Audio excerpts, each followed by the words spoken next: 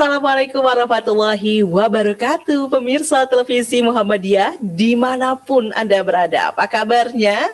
Semoga senantiasa dalam keadaan sehat walafiat, dalam keadaan berbahagia pastinya. Dan tentunya pemirsa, senang sekali saya dapat kembali juga untuk menyapa Anda pemirsa dalam program PTV Show Ngobrol Sering tapi nggak bikin boring.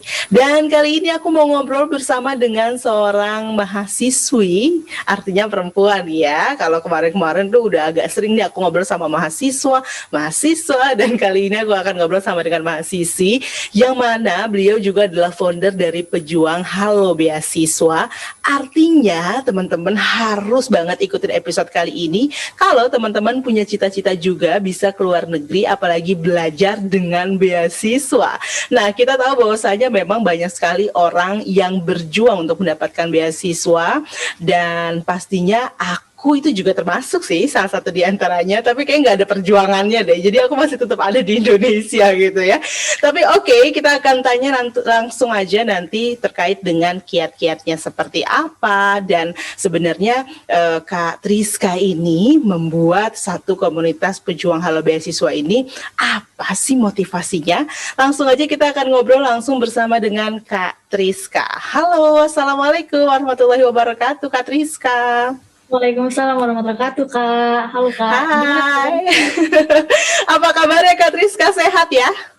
Alhamdulillah sehat sekarang, Kakak. Kakak gimana? Sehat. Sehat. Alhamdulillah, aku juga sehat. Aku seneng banget dengar suara kamu yang semangat banget gitu ya. Jadi kayaknya tuh benar-benar memberikan semangat buat kita gitu. Dan semoga pemirsa juga terus semangat nih seperti Kak Triska. Karena kayaknya memang orang-orang yang bisa meraih impiannya adalah mereka yang terus semangat menjalani harinya. Nah, Kak Triska ini kan salah founder dari Pejuang Halo Beasiswa. Boleh ceritain dulu dong Kak Triska sekarang sedang ada di mana, kuliah di mana, dan berhasil meraih beasiswa apa? Silahkan. Oke, guys, Assalamualaikum warahmatullahi wabarakatuh. Merhaba itu adalah sapaan dalam bahasa Turki itu halo ya. Okay. Nah, aku sekarang lagi studi di Turki di Abdullah Gül University di Kayseri. Jadi sekarang aku lagi kuliah dengan jurusan Ilmu Politik dan Hubungan Internasional gitu. Nah, sekarang aku juga lagi mau masuk semester 2, udah tahun kedua. Kalau di Turki itu sendiri kan 1 tahunnya kan ada bahasa Turki gitu ya Kak, les 1 tahun bahasa Turki. Nah, sekarang aku udah masuk tahun keduanya di Turki gitu. Oke, berarti udah lewat nih masa-masa belajarnya ya, belajar bahasanya gitu ya. Terus ada nggak sih kesulitan nih antara, karena banyak banget orang yang ngerasa kesulitan ketika belajar bahasanya, sudah ikut kursusnya, tapi ketika ikuti pelajarannya yang mana mereka menganggap banyak bahasa-bahasa yang tetap agak berbeda. Nah, bagaimana kalau di Turki sendiri? Iya, kalau di Turki itu sendiri ada bahasa akademisinya, ada bahasa sehari-harinya, Kak. Nah, jadi yang kita pelajari selama 1 tahun ke belakang ini, itu adalah bahasa sehari-hari yang kita bicarakan dengan orang-orang sekitar. Tapi kalau kita ngomong dengan para dosen ataupun para akademisi dan saat kuliah, itu beda-beda lagi bahasanya gitu. Lebih berat lagi, dan itu bikin aku sulit juga dalam perkuliahan gitu. Oke. Butuh effort lagi gitu ya ketika masuk kuliah. Iya, karena Turki itu sendiri salah satu bahasanya kan sulit juga kan Kak. Nah, jadi nomor 5 atau nomor 3 gitu di dunia tersulit gitu. Jadi antara bahasa Turki dan bahasa Arab dan bahasa Inggris itu emang beda gitu loh, grammarnya di depan gitu kan. Cara penyampaiannya juga berbeda gitu. Jadi sulit sih gitu loh. Jadi untuk teman-teman yang ingin kuliah ke Turki juga harus mempelajari bahasa Turki sebelum ke Turki gitu. Nah, harus dimulai dari sekarang gitu ya. Seperti kalau misalkan kita ingin pergi ke luar negeri, belajar bahasanya tuh harus dimulai jauh-jauh hari. Apalagi kalau kita ingin belajar, ya kan? Karena tadi seperti yang disampaikan oleh Kak Triska, pemirsa, apa yang kita ucapkan dalam keseharian bersama dengan warga lokal berbeda ketika kita berbicara dalam lingkup akademisi itu sendiri. Nah, Kak Triska ini kan founder dari Pejuang Halo Beasiswa. Ada apa sih di dalamnya, Kak Triska? Oke, jadi di sini aku ingin juga promosiin juga tentang komunitasku sendiri, yaitu Halo Beasiswa dan Pejuang Halo Beasiswa.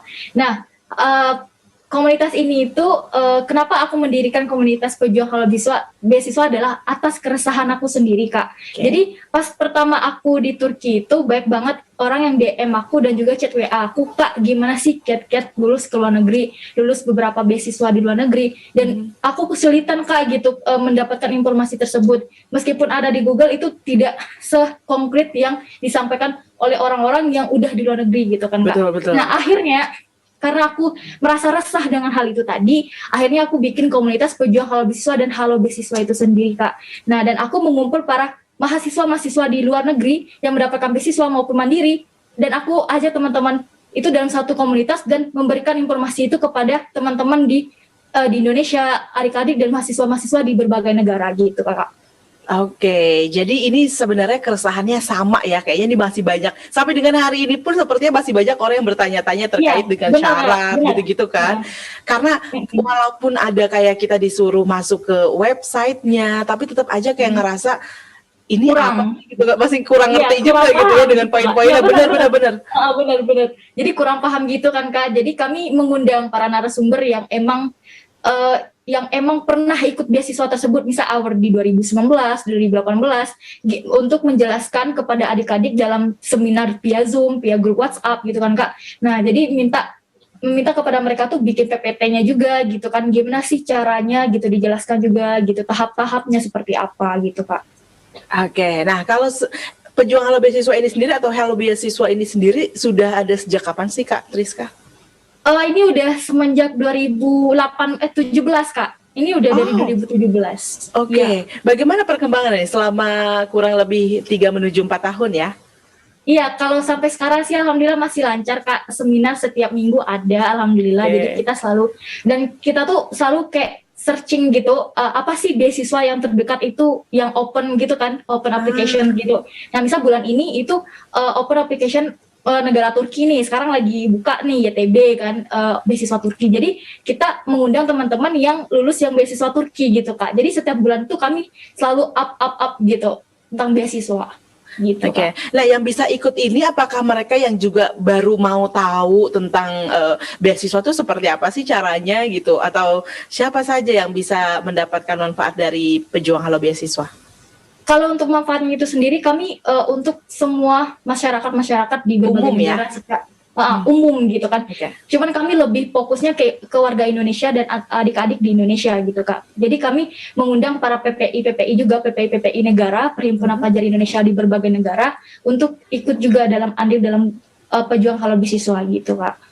Oke, berarti kalau misalkan ada nih adik-adik yang punya rencana untuk mendaftarkan beasiswa dan sepertinya masih kurang informasi, bisa banget kunjungin halaman Instagram dari Pejuang Halo Beasiswa gitu ya, Kak Triska ya. Nanti di sana juga sebenarnya akan diupdate. Misalnya kita masih belum punya negara tujuan untuk kita belajar, pun kita bisa melihat update-nya di Pejuang Halo Beasiswa.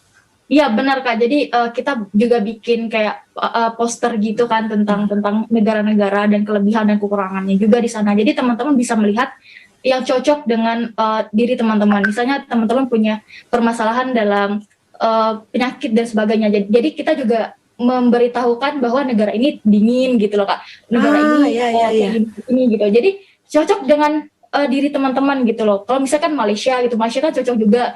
Jadi teman-teman nggak terlalu culture shock dengan makanannya gitu. Jadi kita juga memberi pencerahan, bukan hanya kebaikannya aja di luar negeri, tetapi keburukannya juga pasti ada, kita jelaskan juga.